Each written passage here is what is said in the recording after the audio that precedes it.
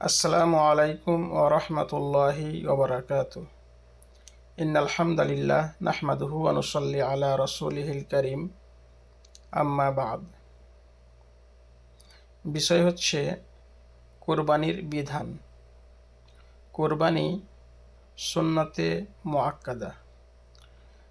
সামর্থ্য থাকা সত্ত্বেও এটা ত্যাগ করা মাকরুহ। সামর্থ্য থাকা সত্ত্বেও এটা ত্যাগ করা মাকরুহ।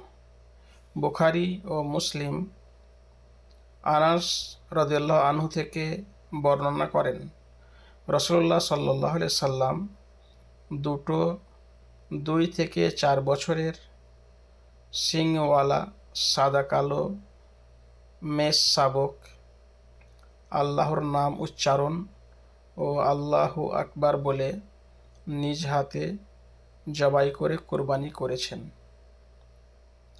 মুসলিম উম্মে সালমা থেকে বর্ণনা করেন, রাসূলুল্লাহ সাল্লাল্লাহু আলাইহি সাল্লাম বলেছেন, তোমরা যখন জিলহজ মাসের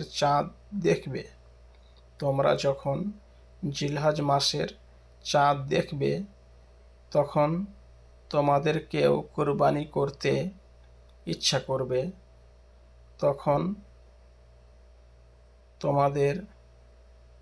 তোমরা যখন জিলহজ মাসের চাঁদ দেখবে এবং তোমাদের কেউ কুরবানি করতে ইচ্ছা করবে, তখন সে যেন তার চুল ও নখ কাটা থেকে বিরত থাকে।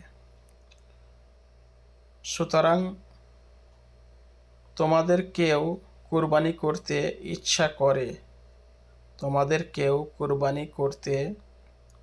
করে। রাসূলুল্লাহ সাল্লাল্লাহু আলাইহি সাল্লামের এই উক্তি থেকে প্রমাণিত হয় কুরবানি করা ওয়াজিব নয়, সুন্নাত। লেখক বলছেন, তোমাদের কেউ কুরবানি করতে ইচ্ছা করে। এই যে রাসূল সাল্লাল্লাহু আলাইহি সাল্লাম যে উক্তি, এই উক্তি থেকে প্রমাণিত হচ্ছে যে এই কুরবানি করাটা ওয়াজিব নয়, বরং সুন্নাত। আবু বকর রাদিয়াল্লাহু আনহু ও উমর রাদিয়াল্লাহু আনহু থেকে বর্ণিত, তারা তাদের পরিবারের পক্ষ থেকে কুরবানি করতেন না, যাতে এটাকে ওয়াজিব মনে না করা হয়। ইবনে হাজাম বলেন, কোনো সাহাবী থেকে বিশুদ্ধ সনদে বর্ণিত হয়নি কোরবানি করা ওয়াজিব। ইমাম হাজাম বলেন, কোনো সাহাবী থেকে বিশুদ্ধ সনদে বর্ণিত হয়নি যে কোরবানি ওয়াজিব।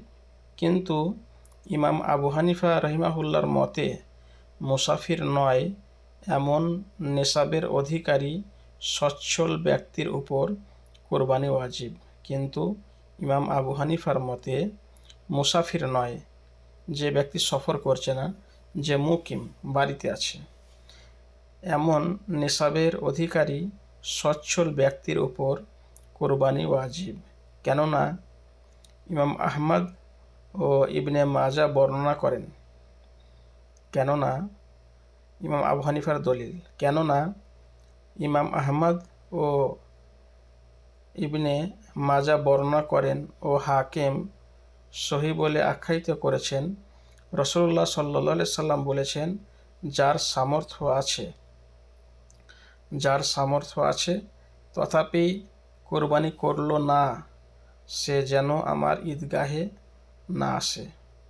রাসূলুল্লাহ সাল্লাল্লাহু আলাইহি সাল্লাম বলেছেন, যার সামর্থ্য আছে তথাপি কুরবানি করল না, সে যেন আমার ঈদগাহে না আসে। এটা হচ্ছে ইমাম আবু হানিফা রাহিমাহুল্লাহর দলিল। কিন্তু ইমামগণ এই হাদিস মওকুফ, এই মতকে অগ্রগণ্য মনে করেন। কিন্তু ইমামগণ এই হাদিসটা মওকুফ, এই মতকে অগ্রগণ্য মনে করেন।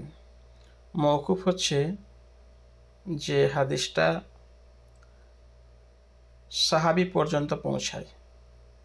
রাসূলুল্লাহ সাল্লাল্লাহু আলাইহি সাল্লাম পর্যন্ত যে হাদিসটা পৌঁছায় সেটাকে বলা হয় মারফু, এবং সাহাবী পর্যন্ত যে হাদিসের সনদ পৌঁছায় সেটাকে বলা হয় মাওকুফ।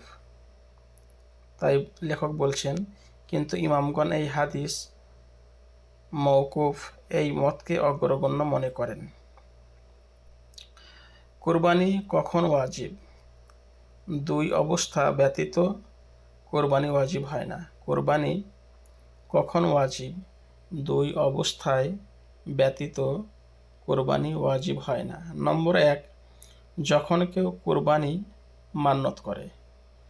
যখন কেউ কোরবানি করার মান্যত করে। নম্বর 1, কেননা রাসূলুল্লাহ সাল্লাল্লাহু আলাইহি সাল্লাম বলেন, যে ব্যক্তি আল্লাহর আনুগত্য করার মান্যত করে তার আল্লাহর আনুগত্য করা উচিত।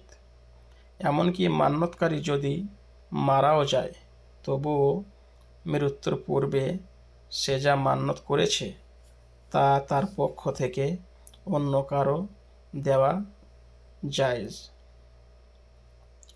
নম্বর 2, কোরবানির ওয়াজিবের দ্বিতীয় নম্বর হচ্ছে, নম্বর 2, যদি কেউ বলে এই জন্তু আল্লাহর জন্য বা এটা কোরবানির জন্তু।